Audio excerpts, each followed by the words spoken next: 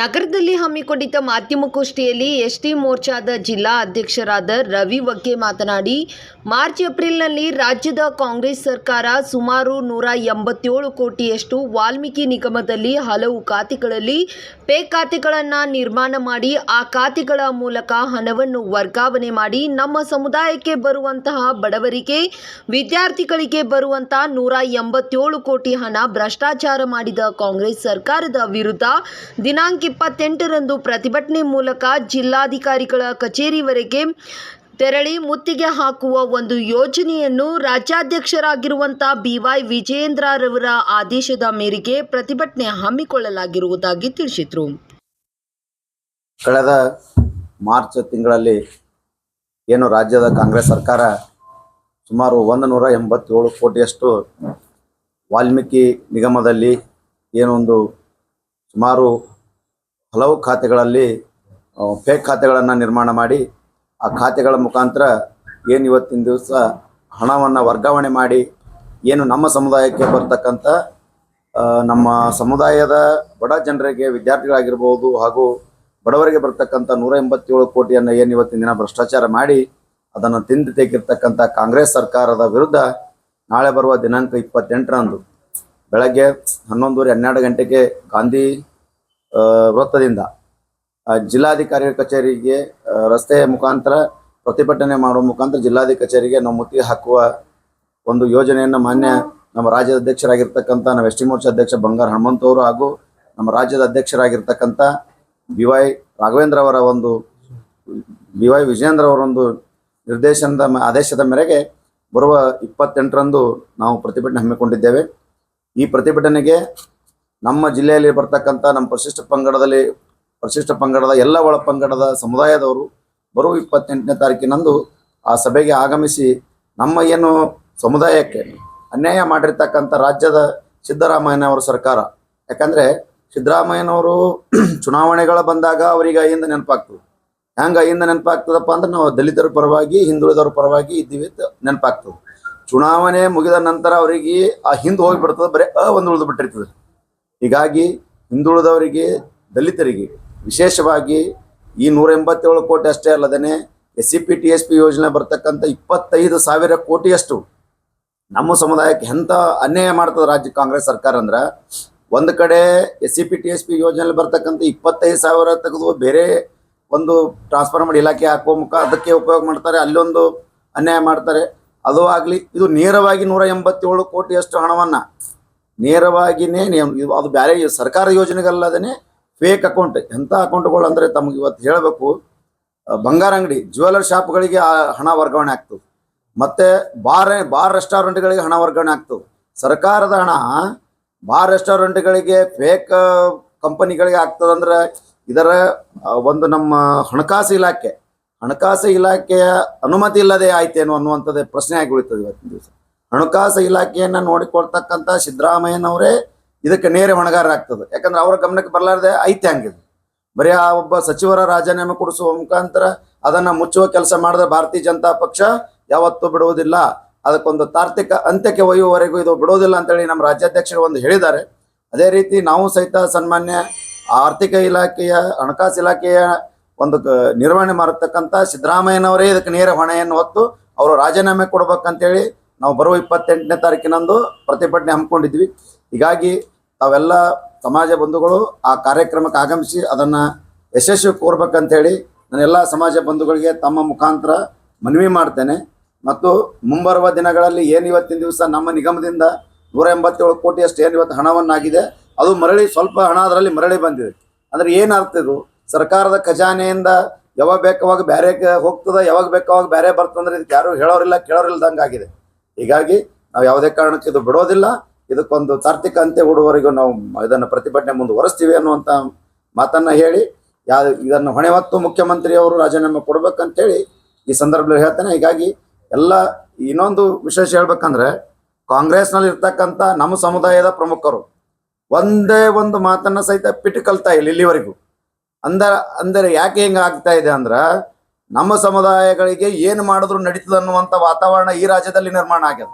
ಯಾಕಂದ್ರೆ ಬೇರೆ ಬೇರೆ ನಿಗಮಗಳು ಅದಾವಲ್ಲ, ನೀರಾವರಿ ನಿಗಮ, ಯಾವ ನಿಗಮಕ್ಕೆ ಟಚ್ ಮಾಡ್ಯಾರ ಕೈ ಹೆಚ್ಚರ ಕಾಂಗ್ರೆಸ್ ಸರ್ಕಾರದವರು. ಯಾಕಂದ್ರೆ ಈ ದಲಿತರಿಗೆ ಹಿಂದುಳಿದವರಿಗೆ ಏನು ಮಾಡಿದ್ರೆ ನಡೀತದ, ಇವ್ರು ನಾವು ಹೇಳ್ದಂಗೆ ಕೇಳ್ತಾರ ಅನ್ನುವಂಥ ಭಾವನೆ ಮುಖ್ಯಮಂತ್ರಿಗಳಲ್ಲಿ ಅದ. ಹೀಗಾಗಿ ನಮ್ಮ ಸಮುದಾಯದಲ್ಲಿ ಇರ್ತಕ್ಕಂಥ ಇದು ಸಮುದಾಯದ ವಿಷಯ ಅದ, ಸಮುದಾಯದ ಬಡವರ ಕಲ್ಯಾಣದ ವಿಷಯ ಅದ. ಹೀಗಾಗಿ ನಮ್ಮಲ್ಲಿರ್ತಕ್ಕಂಥ ಪಕ್ಷಾತೀತವಾಗಿ ನಾಳೆ ನಡುವ ಕಾರ್ಯಕ್ರಮಕ್ಕೆ ನೀವೇನಾರೇ ನಿಮ್ಮ ಮುಖ ಇಟ್ಟುಕೊಂಡು ಮುಂದಿನ ದಿನಮಾನಗಳಲ್ಲಿ ನಮ್ಮ ಸಮುದಾಯದ ಬಳಿ ಹೋಗ್ಬೇಕಂದ್ರೆ ಇವತ್ತು ನಮ್ಮ ಸಮುದಾಯಕ್ಕೆ ಅನ್ಯಾಯ ಆಗ್ಯದ, ಪಶ್ಚಿಮ ಸಮುದಾಯಕ್ಕೆ ಅನ್ಯಾಯ ಆಗ್ಯದ. ಹೀಗಾಗಿ ಪಕ್ಷಾತೀತವಾಗಿ ತಾವೆಲ್ಲರೂ ಖಂಡಿಸಬೇಕು. ನಮ್ಮ ಸಮುದಾಯಕ್ಕೆ ನ್ಯಾಯ ಕೊಡುವಲ್ಲಿ ತಾವು ಪಕ್ಷಾತೀತವಾಗಿ ಎಲ್ಲರೂ ಭಾಗವಹಿಸಿ ಯಶಸ್ವಿ ಮಾಡ್ಬೇಕಂತೇಳಿ ನಾನು ವಿನಂತಿ ಮಾಡ್ತೀನಿ. ಕಳೆದ 1 ವರ್ಷಗಳ ಹಿಂದೆ ಕಾಂಗ್ರೆಸ್ ಸರ್ಕಾರ ರಾಜ್ಯದಲ್ಲಿ ಅಧಿಕಾರಕ್ಕೆ ಬಂದಿದೆ. ಚುನಾವಣೆಗಿಂತ ಮುಂಚಿತವಾಗಿ ಸರ್ವ ಜನಾಂಗದ ಶಾಂತಿಯ ತೋಟವನ್ನು ಮಾಡ್ತೀನಿ ಅನ್ನುವಂಥ ಸುಳ್ಳು ಭರವಸೆಯನ್ನು ಹೇಳ್ತಾ ಸನ್ಮಾನ್ಯ ಈ ರಾಜ್ಯದ 14 ಬಾರಿ ಬಜೆಟನ್ನು ಮಂಡಿಸಿರ್ತಕ್ಕಂಥ ಮುಖ್ಯಮಂತ್ರಿಗಳಾಗಿರ್ತಕ್ಕಂಥ ಸಿದ್ದರಾಮಯ್ಯನವ್ರು ಹೇಳ್ಕೊಂಬಂದರು. ಅವ್ರಿಗೆ ಕೈ ಜೋಡಿಸಿ ನಾನು ಹೆಗಲು ಕೊಟ್ಟಿದ್ದೀನಿ ಅಂಥೇಳಿ ಈ ರಾಜ್ಯದ ಇತಿಹಾಸದಲ್ಲೇ ಭ್ರಷ್ಟಾಚಾರದಲ್ಲಿ ಮುಳುಗಿ CBI ಮುಖಾಂತರ ಜೈಲು ಸೇರಿ ಬರ್ತಿರ್ತಕ್ಕಂಥ ಉಪಮುಖ್ಯಮಂತ್ರಿಗಳು ಇಬ್ಬರೂ ಸೇರಿಕೊಂಡು ಹಣಕಾಸಿನಲ್ಲಿ ನಾನು ಭಾಳ ಮುಂಚಿನಲ್ಲಿ ಕೆಲಸ ನಿರ್ವಹಣೆ ಮಾಡಿದ್ದೀನಿ ಅಂತೇಳಿ ಅವೈಜ್ಞಾನಿಕ ಯೋಜನೆಗಳನ್ನು ಸೃಷ್ಟಿ ಮಾಡೋದ್ರ ಮುಖಾಂತರ ರಾಜ್ಯದ ಜನರನ್ನು ಹಾದಿ ತಪ್ಪಿಸಿ ಇವತ್ತು ರಾಜ್ಯವನ್ನು ಹಣಕಾಸದಲ್ಲಿ ದಿವಾಳಿತನಕ್ಕೆ ತರುವಂಥ ಕೆಲಸವನ್ನು ರಾಜ್ಯದ ಮುಖ್ಯಮಂತ್ರಿಗಳು ಉಪಮುಖ್ಯಮಂತ್ರಿಗಳು ಮಾಡ್ತಾ ಇದ್ದಾರೆ. ಇದು ಸಾಲದೆ ಅಂಥೇಳಿ ತಮ್ಮ ಅವೈಜ್ಞಾನಿಕ ಯೋಜನೆಗಳಿಗೆ ಭಾಗ್ಯಗಳನ್ನು ಕೊಡ್ತೀನಿ ಅಂತ ಹೇಳಿ ಯೋಜನೆಯನ್ನು ರೂಪಿಸಿ SC/ST ಸಮುದಾಯದಲ್ಲಿರ್ತಕ್ಕಂಥ ಒಂದೇನು ಆ ಇಲಾಖೆಯ 11,500 ಕೋಟಿಗಳ ಹಣವನ್ನು ಮೊದಲನೇ ಬಾರಿಗೆ ಈ ಭಾಗ್ಯಗಳಿಗೆ ವರ್ಗಾವಣೆ ಮಾಡೋದ್ರ ಮುಖಾಂತರ ಈ ಸಮುದಾಯಗಳಿಗೆ ಅನ್ಯಾಯ ಮಾಡುವಂಥ ಕೆಲಸ ಮಾಡಿದೆ. ಎಚ್ಚರಿಕೆ ಕೊಡುವಂಥ ಕೆಲಸ ಭಾರತೀಯ ಜನತಾ ಪಾರ್ಟಿ ಕಡೆಯಿಂದ ಅವತ್ತು ಆಯಿತು. ಆದರೆ ಮೊಂಡತನದ ರಾಜಕಾರಣಿ ಅಂತಾರಲ್ಲ, ಸಿದ್ದರಾಮಯ್ಯನವ್ರ ಸ್ವಭಾವ ಹೆಂಗಾಗಿದೆ ಅಂದರೆ ಈ ರಾಜ್ಯದಲ್ಲಿ ನಾನು ಏನು ಮಾಡ್ತೀನಿ ಅದೇ 100 ಬಾರಿ ಸುಳ್ಳ್ಯವನ್ನು ಹೇಳಿ ಜನರನ್ನು ದಾರಿ ತಪ್ಪಿಸ್ತಕ್ಕಂಥ ಮೊದಲನೇ ರಾಜಕಾರಣಿ ಇದ್ರ ಸಿದ್ದರಾಮಯ್ಯನವರು. ಮತ್ತೆ ತಮ್ಮ ಬಂಡತನವನ್ನು ಪ್ರದರ್ಶನ ಮಾಡಿ 14,500 ಕೋಟಿ ಹಣವನ್ನು ಮತ್ತೆ ಬಿಟ್ಟಿ ಭಾಗ್ಯಗಳಿಗೆ ತೆಗೆದುಕೊಡುವಂಥ ಕೆಲಸವನ್ನು ಮಾಡಿದರು. 28,000 ಕೋಟಿ ಇರ್ತಕ್ಕಂಥ ಸನ್ಮಾನ್ಯ ಈ ರಾಜ್ಯಕ್ಕೆ ಈ ದೇಶಕ್ಕೆ ಕೊಟ್ಟಿರ್ತಕ್ಕಂಥ ಸಂವಿಧಾನಕ್ಕೆ ಕೊಟ್ಟಿರ್ತಕ್ಕಂಥ ಬಾಬಾ ಸಾಹೇಬ್ ಅಂಬೇಡ್ಕರ್ ಅವರ ಕಲ್ಪನೆಯೊಂದಿಗೆ ನಾನು ಅವರು ಕೊಟ್ಟಿರ್ತಕ್ಕಂಥ ಸಂವಿಧಾನಬದ್ಧವಾಗಿ ರಾಜ್ಯದಲ್ಲಿ ನಡೆಸ್ತಾ ಇರ್ತೀನಿ ಅಂತೇಳಿ ಮೊದಲ ಬಾರಿಗೆ ಈ ದೇಶದಲ್ಲಿ ಈ ರಾಜ್ಯದಲ್ಲಿರ್ತಕ್ಕಂಥ ದಲಿತ ವರ್ಗವನ್ನು ಹಿಂದುಳಿದ ವರ್ಗವನ್ನು ತುಳಿಯುವಂಥ ಕೆಲಸ ಸಿದ್ದರಾಮಯ್ಯನವರು ಮಾಡಿದ್ದಾರೆ. ಭಾರತೀಯ ಜನತಾ ಪಾರ್ಟಿ ಸರ್ಕಾರ ಇದ್ದಾಗ ಒಂದು ಕ್ಷೇತ್ರಕ್ಕೆ 13ರಿಂದ 16 ಕೊಳವೆ ಬಾವಿಗಳನ್ನು ಕೊಡ್ತಾ ಇದ್ದಿತ್ತು. ಇವತ್ತು ಮೌಖಿಕ ಆದೇಶ ನೋಡಿ ಸರ್ಕಾರ ಯಾವ ಮಟ್ಟಕ್ಕೆ ಬಂದಿದೆ ಅಂದರೆ ಮೌಖಿಕ ಆದೇಶಗಳನ್ನು ಕೊಡುವಂಥದ್ದು. ಅಂದರೆ ಯಾವುದೇ ರೀತಿಯಾದಂಥ ಅಧಿಕಾರಿಗಳಿಗೆ ಲಿಖಿತ ಆದೇಶ ಮಾಡದೇನೆ ಮೌಖಿಕ ಆದೇಶದ ಮುಖಾಂತರ ಸರ್ಕಾರಿ ಅಧಿಕಾರಿಗಳನ್ನು ಹೆದರಿಸಿ ಅವ್ರ ಮುಖಾಂತರ ಭ್ರಷ್ಟಾಚಾರ ಮಾಡುವಂಥ ಕೆಲಸವನ್ನು ಇವತ್ತು ಮಾಡ್ತಾ ಇದ್ದಾರೆ. ನಮ್ಮ ಸರ್ಕಾರ ಇದ್ದಾಗ 13ರಿಂದ 16 ಕೊಳವೆ ಬಾವಿಗಳನ್ನು ಕೊಟ್ಟರೆ ಇವತ್ತು ಒಂದು ವಿಧಾನಸಭಾ ಕ್ಷೇತ್ರಕ್ಕೆ 1 ಕೊಳವೆ ಬಾವಿ ಮಾತ್ರ ಕೊಡ್ತಾ ಇದ್ದೀವಿ ಅಂತ ಹೇಳ್ತಾ ಇದ್ದಾರೆ. ಒಂದು ಕ್ಷೇತ್ರದಲ್ಲಿ ಬರ್ತಕ್ಕಂಥ ಕನಿಷ್ಠ SC/ST ಹಾಗೂ ಹಿಂದುಳಿದ ಸಮುದಾಯ ಸೇರಿಸಿದ್ರೆ 50-54% ಇರ್ತಕ್ಕಂಥ ಸಮುದಾಯಕ್ಕೆ ವರ್ಷಕ್ಕೆ 1 ನೀವು ಕೊಳವೆ ಬಾವಿ ಕೊಟ್ರೆ ಆ ರೈತ ಬದುಕಬೇಕು. ಆದರೆ ರಾಜ್ಯದಲ್ಲಿ ಭಾರತೀಯ ಜನತಾ ಪಾರ್ಟಿ ಸರ್ಕಾರ ಇದ್ದಾಗ 2,000 ಎಕರೆಕ್ಕಿಂತಲೂ ಹೆಚ್ಚು ಯಾರಿಗೆ ಭೂಮಿ ಇಲ್ಲೋ SC/ST ಜನರಿಗೆ ಭೂಮಿ ಕೊಡುವಂಥ ಕೆಲಸ ಮಾಡ್ತಾರೆ. 1 ವರ್ಷದಿಂದ 1 ಗುಂಟೆ ಜಾಗನೂ ಸಹಿತ ಆ ಸಮುದಾಯಕ್ಕೆ ಕೊಡುವಂಥ ಕೆಲಸ ಈ ಸರ್ಕಾರ ಮಾಡಿಲ್ಲ. 15 ಲಕ್ಷ ರೂಪಾಯಿಗೆ 1 ಎಕರೆ ಇದ್ದದ್ದನ್ನು 20 ಲಕ್ಷ ರೂಪಾಯಿಗೆ ಏರಿಸೋ ಮುಖಾಂತರ ಆ ಕೊಡ್ತಕ್ಕಂಥ ಭೂಮಿಯನ್ನು ಕೊಡ್ತಕ್ಕಂಥ ರೈತನಿಗೂ ಹಾನಿ ಆಗಬಾರ್ದು ಅನ್ನುವ ದೃಷ್ಟಿಯನ್ನು ಇಟ್ಕೊಂಡು ಭಾರತೀಯ ಜನತಾ ಪಾರ್ಟಿ 15 ಲಕ್ಷ ಇದ್ದದನ್ನು 20 ಲಕ್ಷ ಮಾಡಿ ಅವನಿಗೂ ಅನುಕೂಲ ಮಾಡ್ತು. ಅದರ ಜೊತೆಗೆ ಇನ್ನೊಂದು ಈ ಸಮುದಾಯದಲ್ಲಿರ್ತಕ್ಕಂಥ ಯಾರಿಗೆ ಜಮೀನಿಲ್ಲೋ ಅವರು ಸದೃಢವಾಗಿ ಬದುಕಬೇಕು, ಅವರು ಒಕ್ಕಲ್ತನ ಮಾಡಬೇಕು, ಒಳ್ಳೆ ರೀತಿಯಾದಂಥ ಜೀವನ ನಡೆಸಬೇಕು ಅನ್ನುವಂಥ ಕಲ್ಪನೆಯೊಂದಿಗೆ ಭಾರತೀಯ ಜನತಾ ಪಾರ್ಟಿ ಸರ್ಕಾರ ಕೈಗೊಂಡು ಯಾವುದರಲ್ಲಿ ಸಿದ್ದರಾಮಯ್ಯನವರು ಸರಿಯಾದ ರೀತಿಯಲ್ಲಿ ಮಾಡ್ತಾ ಇದ್ದೀರಿ. ಒಂದು ಕಡೆ ಬಿಟ್ಟಿ ಭಾಗ್ಯ ಅಂತೀರಿ, ಇನ್ನೊಂದು ಕಡೆ ಎಲ್ಲ ದರಗಳನ್ನು ಹೆಚ್ಚು ಮಾಡ್ತಾ ಇದ್ದೀರಿ. ಇವತ್ತು ನೋಡ್ತಾ ಇದ್ದೀವಿ, ಒಂದು ಹಾಲಿನ ದರ ಹೆಚ್ಚಳ ಮಾಡಬೇಕಾಗಿದ್ರೆ ಮೊದಲು ಹಾಲಿಗೆ ರೈತರಿಗೆ ಏನು ಕೊಡ್ತೀನಿ ಅನ್ನೋದು ಹೇಳಿ ಹೆಚ್ಚಳ ಮಾಡಬೇಕು. ಅದನ್ನು ಮಾಡದೇನೆ ನೀವು ಅರ್ಧ ಲೀಟರ್ ಹಾಲು ತೊಗೊಂಡ್ರು 2 ರೂಪಾಯಿ ಹೆಚ್ಚಿಗೆ ಕೊಡಬೇಕು, 1 ಲೀಟರ್ ಹಾಲು ತೊಗೊಂಡ್ರೆ 4 ರೂಪಾಯಿ ಹೆಚ್ಚಿಗೆ ಕೊಡಬೇಕು. ಅದನ್ನ ಮಾಧ್ಯಮದ ಮುಖಾಂತರ ಪ್ರಶ್ನೆ ಮಾಡಿದರೆ ಹಾಲಿನ ಕ್ವಾಂಟಿಟಿ ಹೆಚ್ಚು ಮಾಡಿದೀವಿ ಅಂತ ಹೇಳುವಂತ ಪ್ರಯತ್ನ ಮಾಡ್ತಾ ಇದ್ದೀವಿ. ಎಷ್ಟು ದಾರಿ ತಪ್ಪಿಸುವಂತ ಕೆಲಸ ಮಾಡ್ತಾ ಇದ್ದೀರಿ ಸಿದ್ದರಾಮಯ್ಯನವರು. ದೇವ್ರು ನಿಮಗೆ ಒಳ್ಳೇದು ಮಾಡಂಗಿಲ್ಲ. ಈ ರಾಜ್ಯದ ಬಡವರ ಹೊಟ್ಟೆ ಮೇಲೆ ಕಾಲಿಡ್ತಕ್ಕಂಥ ಕೆಲಸವನ್ನ ಇವತ್ತು ಕಾಂಗ್ರೆಸ್ ಸರ್ಕಾರ ಮಾಡ್ತಾ ಇದೆ.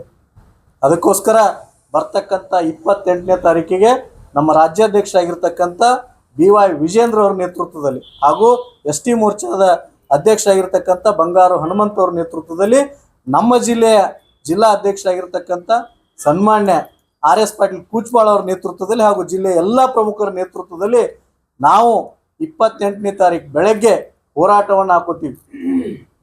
ಈ ಸರ್ಕಾರಕ್ಕೆ ಎಚ್ಚರಿಕೆಯನ್ನು ಕೊಡುವಂತ ಪ್ರಯತ್ನವನ್ನು ಮಾಡ್ತಾ ಇದ್ದೀವಿ. ಎಚ್ಚರಿಸದೇ ಇದ್ರೆ ಈ ಜಿಲ್ಲೆಯಲ್ಲಿ ಇರ್ತಕ್ಕಂಥ ಎಲ್ಲ ಕಾಂಗ್ರೆಸ್ ಶಾಸಕರಿಗೂ, ಈ ಜಿಲ್ಲೆಯಲ್ಲಿ ಇರ್ತಕ್ಕಂಥ ಉಸ್ತುವಾರಿ ಮಂತ್ರಿಗಳಿಗೂ, ರಾಜ್ಯದ ಎಲ್ಲ ಕಾಂಗ್ರೆಸ್ ನಾಯಕರಿಗೂ ಬೀದಿಗೆ ಬರುವ ರೀತಿಯಲ್ಲಿ ಹೋರಾಟ ಮಾಡುವಂತ ಕೆಲಸವನ್ನ ನಾವು ಭಾರತೀಯ ಜನತಾ ಪಾರ್ಟಿ ಕಡೆಯಿಂದ ಮಾಡ್ತೀವಿ ಅನ್ನುವಂತ ಎಚ್ಚರಿಕೆಯನ್ನು ಇವತ್ತು ಹೇಳುವಂತ ಪ್ರಯತ್ನವನ್ನು ಮಾಡ್ತಾ ಇದ್ದೀವಿ. ಅದಕ್ಕಾಗಿ ನೀವೇನೀಗ ಬೆಲೆ ಏರಿಕೆ ಮಾಡಿದ್ದೀರಿ ಅದನ್ನ ಹಿಂಪಡ್ರಿ. ನಮ್ಮ ವಾಲ್ಮೀಕಿ ನಿಗಮದಿಂದ ನೀವೇನು ಹಣವನ್ನು ವರ್ಗಾವಣೆ ಮಾಡಿದಿರಿ ಅದನ್ನ ಬೇಗನೆ ಸರ್ಕಾರಕ್ಕೆ ಮರುಪಾವತಿ ಮಾಡೋದ್ರ ಮುಖಾಂತರ ಈಗಾಗಲೇ ಯೂನಿಯನ್ ಬ್ಯಾಂಕ್ನವರು CBI ಕೊಡೋದಕ್ಕೆ ತಯಾರಾಗಿದ್ದಾರೆ. ನಿಮಗೆ ಯಾಕ್ರಿ ಹೇಳೋಕು ಸಿದ್ದರಾಮಯ್ಯನವರೇ? ನೀವು ಅಷ್ಟು ಹಣಕಾಸಿನಲ್ಲಿ ಕ್ಲೀನ್ ಹ್ಯಾಂಡ್ ಇದ್ರೆ CBI ಕೊಪ್ಸಿ. CBI ಕೊಪ್ಸೋದ್ರ ಮುಖಾಂತರ ನಿಮ್ಮ ನಿಯತ್ತನ್ನ ಪ್ರದರ್ಶನ ಮಾಡೋದ್ರ ಕಡೆ ನೀವು ಗಮನ ಹರಿಸಬೇಕು. ಇಲ್ಲದೇ ಇದ್ರೆ ಭಾರತೀಯ ಜನತಾ ಪಾರ್ಟಿ ST ಮೋರ್ಚಾ ಹಾಗೂ ಭಾರತೀಯ ಜನತಾ ಪಾರ್ಟಿ ಎಲ್ಲ ಕಾರ್ಯಕರ್ತರು ಬೀದಿಯಲ್ಲಿ ನಿಂತ್ಕೊಂಡು ನೀವು ರಾಜೀನಾಮೆ ಕೊಡುವವರೆಗೂ ಹೋರಾಟ ಮಾಡಬೇಕಾಗತ್ತೆ ಅನ್ನುವಂಥ ಎಚ್ಚರಿಕೆಯನ್ನ ಕೊಡಬಹುದು. ಈಗ ಗಾಂಧಿ ಚೌಕ್ಲಿಂದ ಅಂದ್ಕೊಂಡಿದ್ವಿ, ಅದ್ರ ಸಿದ್ದೇಶ್ವರ ಗುಡಿಯಿಂದ ಪ್ರಾರಂಭ ಮಾಡ್ತೀವಿ. ಸಿದ್ದೇಶ್ವರ ದೇವಸ್ಥಾನ ರಾಜ್ಯದ ನಾಯಕರು ಬರ್ತಾರೆ. ರಾಜ್ಯದ ಎಲ್ಲಾ ಜಿಲ್ಲೆಯಲ್ಲೂ ನಡೆಯೋದ್ರಿಂದ ಅಧ್ಯಕ್ಷರು ಒಂದ್ ಕಡೆ ಎಲ್ಲಾದ್ರೂ ಭಾಗವಹಿಸ್ತಾರೆ. ನಮ್ಮಲ್ಲಿ ಬಂದರೂ ಬರಬಹುದು, ಇನ್ನೂ ನಿಶ್ಚಯ ಆಗಿಲ್ಲ. ಬರುವಾಗ ತಮ್ಗೆ ತಿಳಿಸುವಂತ ಇನ್ನಷ್ಟು ಹೆಚ್ಚಿನ ಸುದ್ದಿಗಾಗಿ ನಮ್ಮ News 11 ಕರ್ನಾಟಕ ಚಾನೆಲ್ಗೆ ಲೈಕ್ ಮಾಡಿ, ಶೇರ್ ಮಾಡಿ, ಸಬ್ಸ್ಕ್ರೈಬ್ ಮಾಡಿ.